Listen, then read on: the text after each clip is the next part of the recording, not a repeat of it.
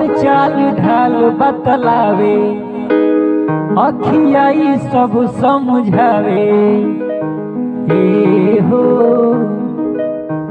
कि तोहर चाल ढाल बतलावे, अखिया ई सब समझावे। केहू खा के खजाना सील रहता है, आ कहीं दिले तू जरूरे बारू दिल, मिजाज तहर गिल रहता।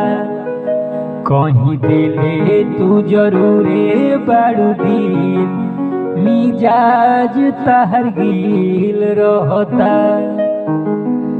कि पाठानियन भइलू गोटाए लागल देहिया, पियतारू प्यार के परेहिया।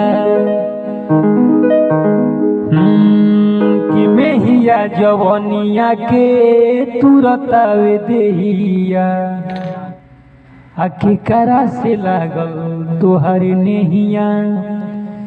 इहे सोची दिमाग हमर ढील रहता है, आ कहीं दिले तू जरूरे बारू दिल, मिजाज तोहर गिल रहता। कि रूपवा सलोना ए धनिया हो, अमन करे निहारत रही है।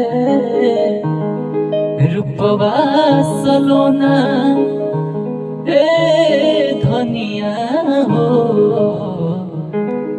मन करे निहारत रही।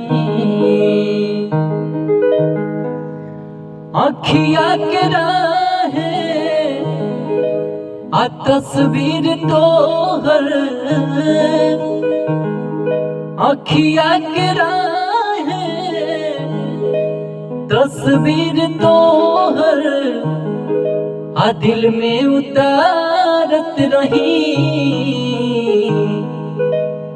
रूपवा सलोना ए धनिया हो, मन करे निहारत रही।